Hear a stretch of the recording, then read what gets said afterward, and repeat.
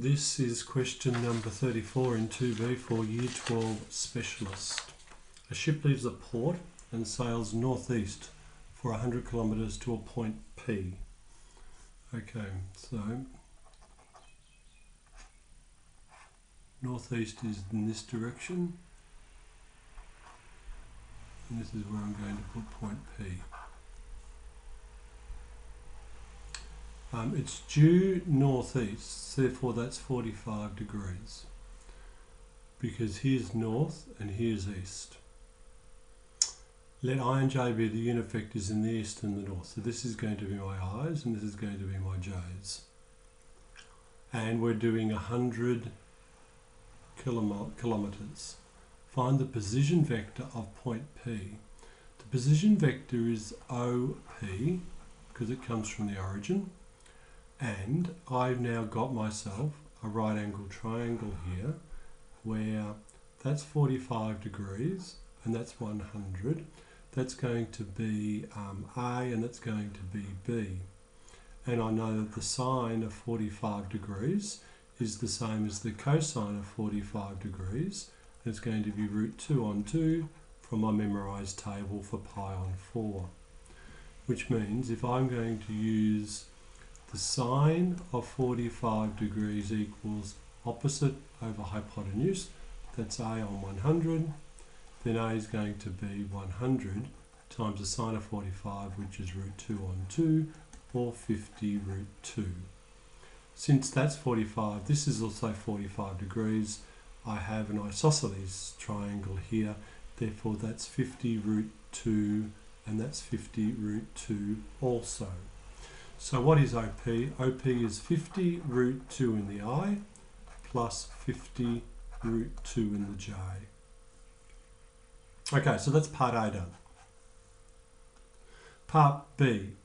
If B is a point on the shore with the position vector OB is to be 100I. So here is O and it only has an I component, so it's somewhere on this axis. Now, it's 100. I know that this distance here is 50 root 2. Root 2 is about 1.41, so 50 times 1.4 is around about 70. Therefore, we're going to be over here somewhere at B, where that's 100. So, find BP.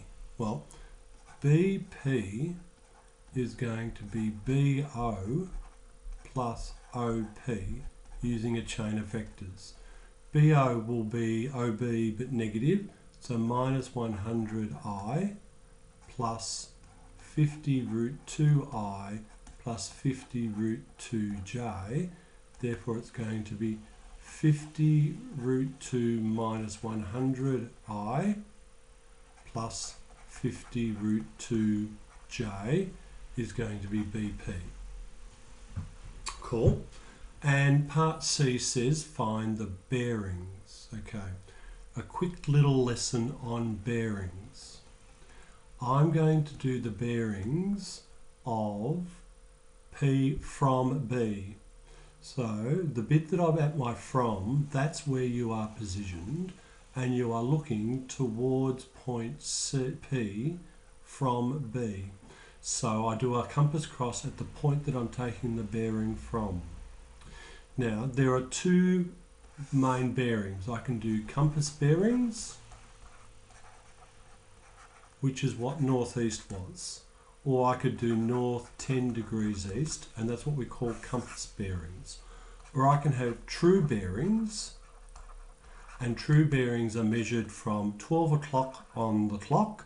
It's measured clockwise in a clockwise direction. That's what clockwise means.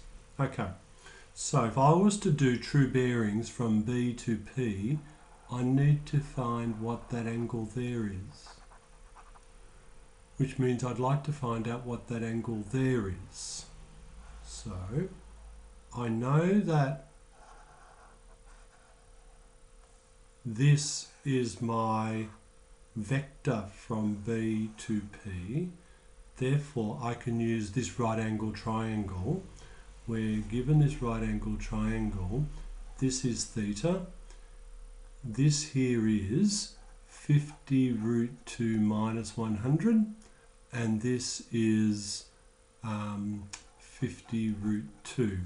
Now I know 50 root 2 minus 100 is going to give me a negative answer, but that's okay. So I know that theta is going to equal, tan of theta will equal 50 root 2 on top of 100 minus 50 root 2. Now I swapped it around so that I can get a positive answer for this particular angle, because I know the magnitude of this will be negative 30 or thereabouts, but for this triangle I'm interested in having it as positive 30.